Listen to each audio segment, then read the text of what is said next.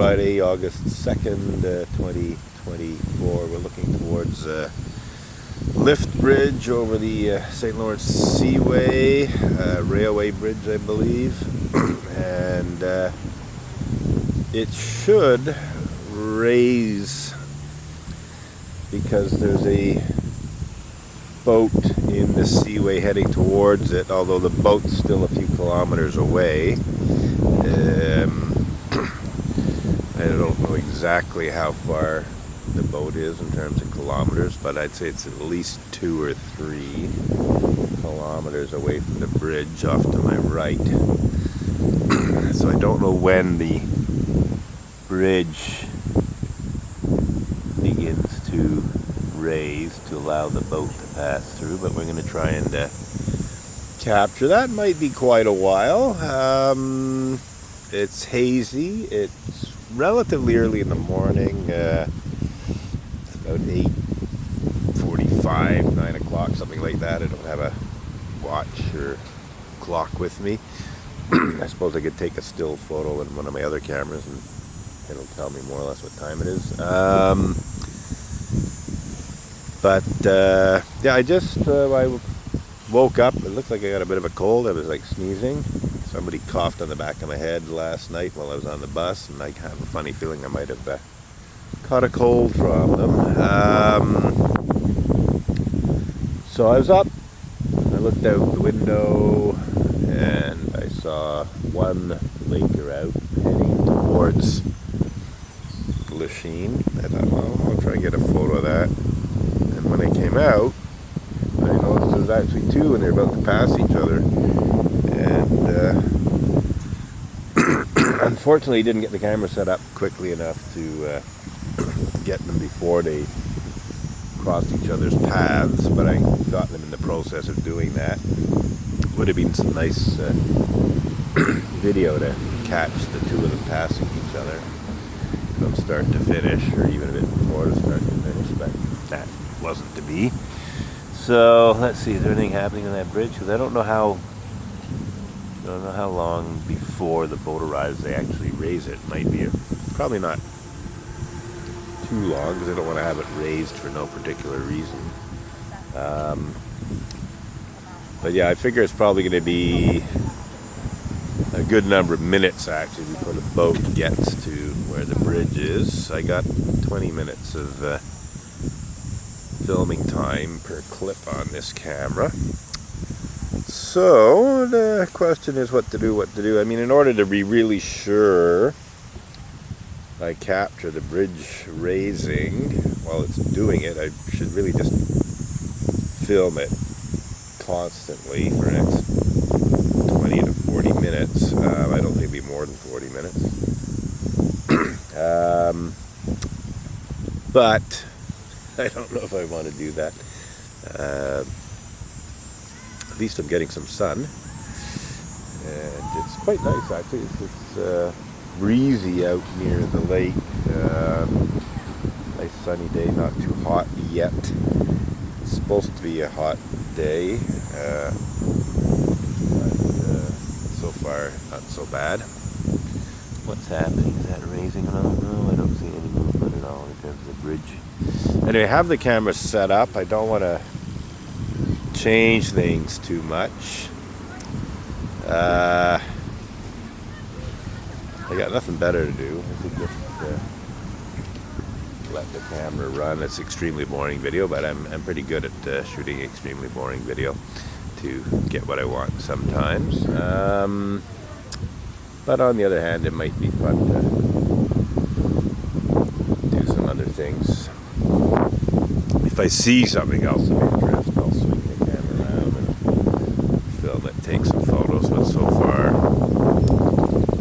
nothing much. I mean, there's the boat slowly making its way through the Seaway. I'm not sure where the other one is.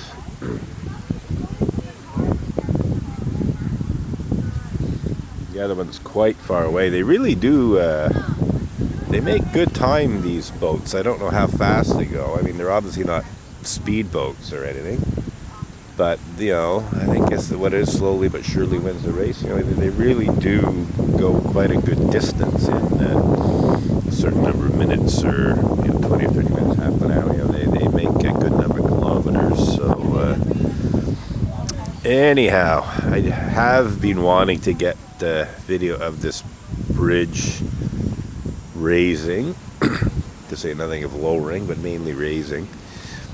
And these are not ideal conditions with the early morning haze. But I got nothing better to do right now other than sleep. Well, actually I do have better things to do, but I don't know, this is kind of relaxing actually, seeing cyclists go by the bike path and so on. Yeah, I think I'm definitely managed to catch a cold. Probably thanks to the person who sneezed on the back of my head on the bus yesterday. Anyway, nothing too bad, but a bit of sniffling and sneezing. Being out in the sun might actually help with that, so not the worst thing to be doing. So yeah, this could be very, very boring video. I do want to see that bridge lift.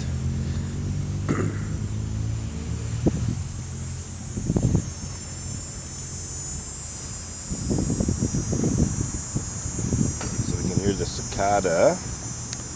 Cicada, generally speaking, doesn't make noise until it's quite hot.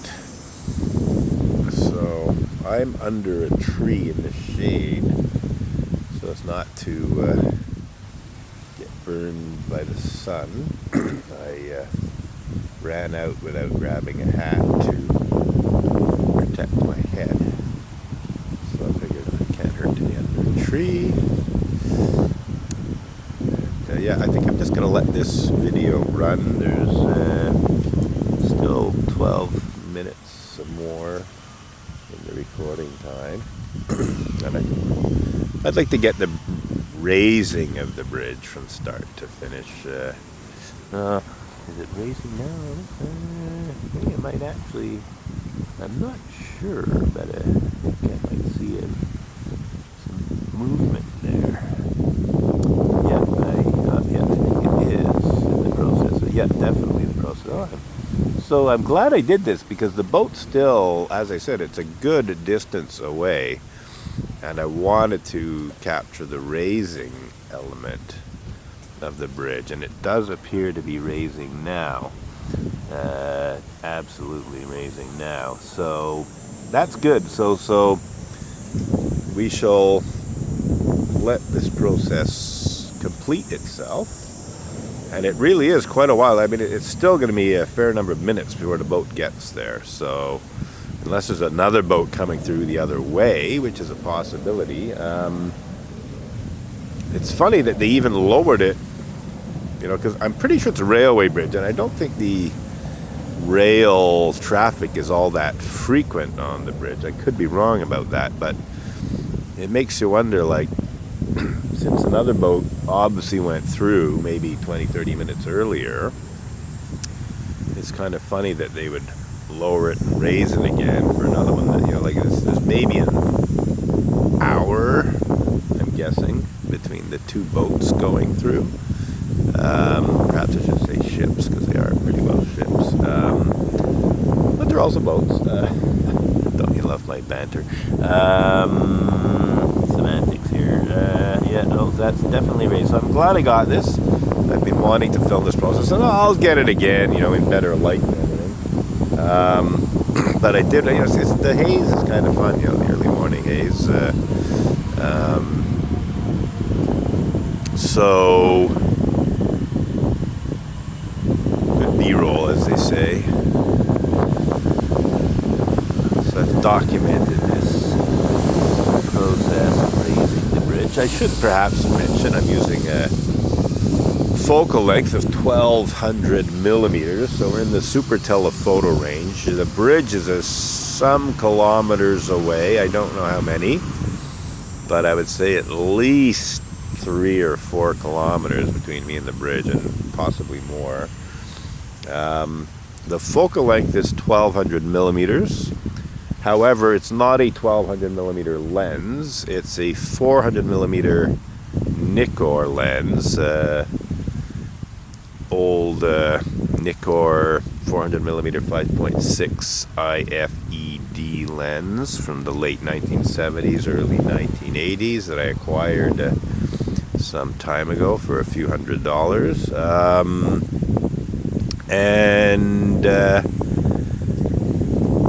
It has a 3x teleconverter between the lens and the camera. It's a 3x Tele Plus Pro 300 Kenko brand, made in Japan, 3x teleconverter. And as a rule, 3x teleconverters have pretty dismal optical quality. Like, it's almost not worth using them as a rule.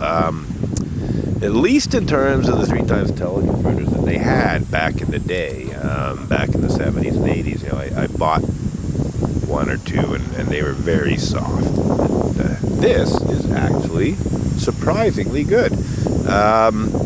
It's not absolutely tack sharp. I would never claim it's absolutely tack sharp, but it's sharp enough, as it were.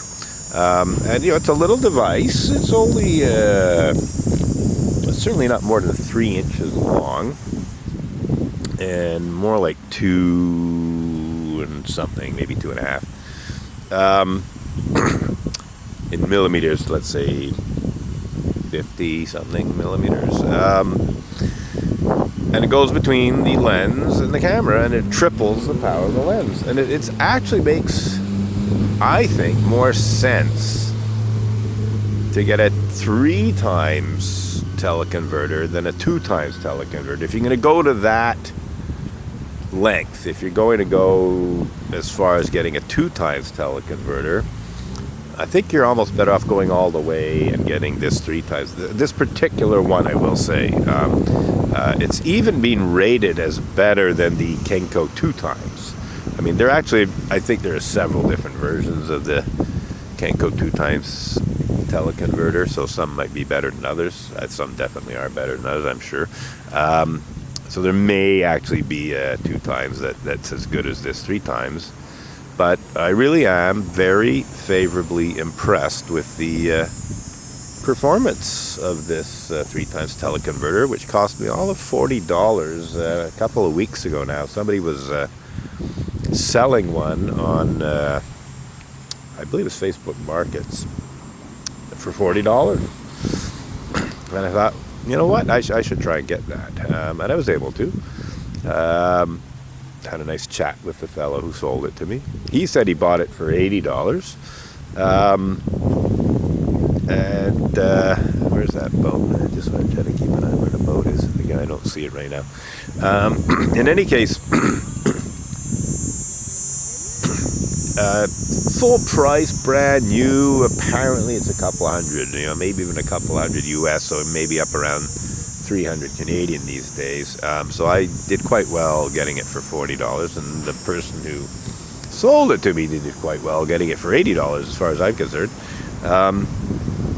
But look at what we've got here. I mean, you can see for yourself that we've got a reasonably sharp image of something that's some kilometers away. And the other thing is like I said, the optical quality is not the same as having a high-end 1200 millimeter lens, which is going to cost thousands of dollars, if not some tens of thousands of dollars.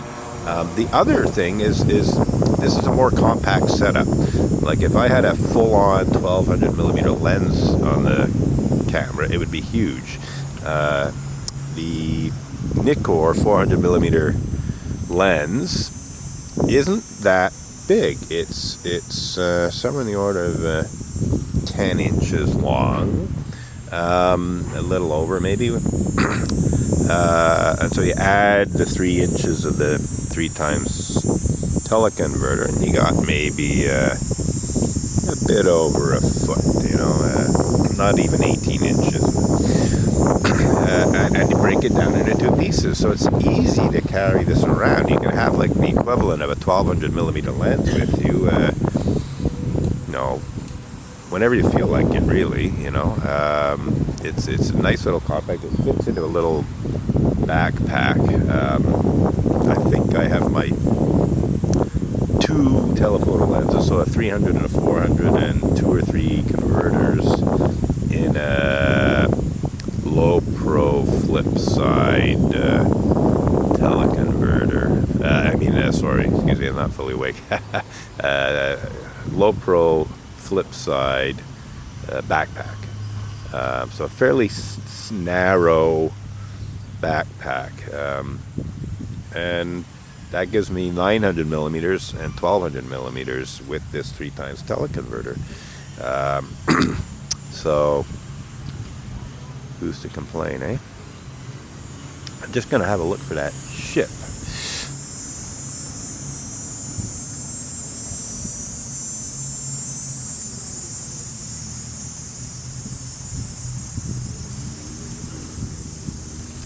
Seems to be lost in the haze. As it happens, I have in my not my backpack, my camera bag, a little pair of binoculars that I bought at I guess it ought to go through or something. I don't see.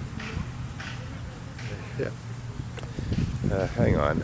Anyway, yeah, nice little pair of Bushnell 8x23 spherical optics, $7 at Salvation Army store the other day.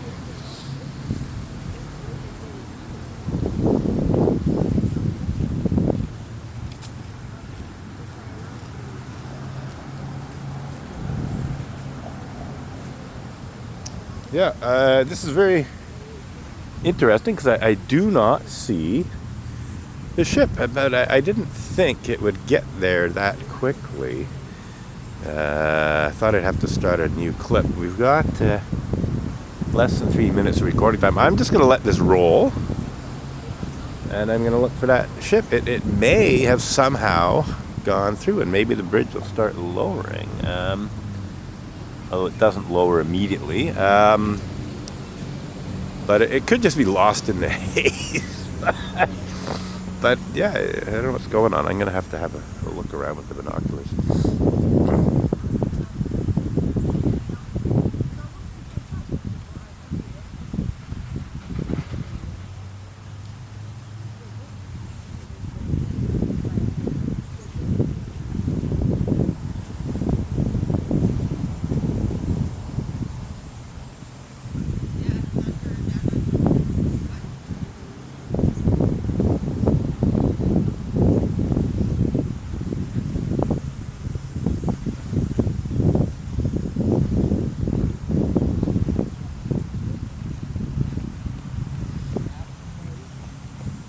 Okay, so I found the ship, and it is almost invisible in the haze with the unaided eye. It's getting quite close to the bridge, actually. It's not far from it.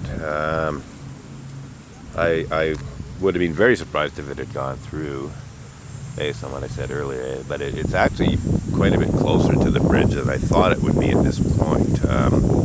Which just comes back to what I was saying earlier about how these ships actually do move along at a not so terribly slow pace. I really don't know how many knots they do, miles per hour or kilometers per hour, but they really do move along. It's getting very close. I think I might end this clip. Hang on. Because it's getting very close. And it might actually start entering the area soon. So I think this clip's done. We'll start another one.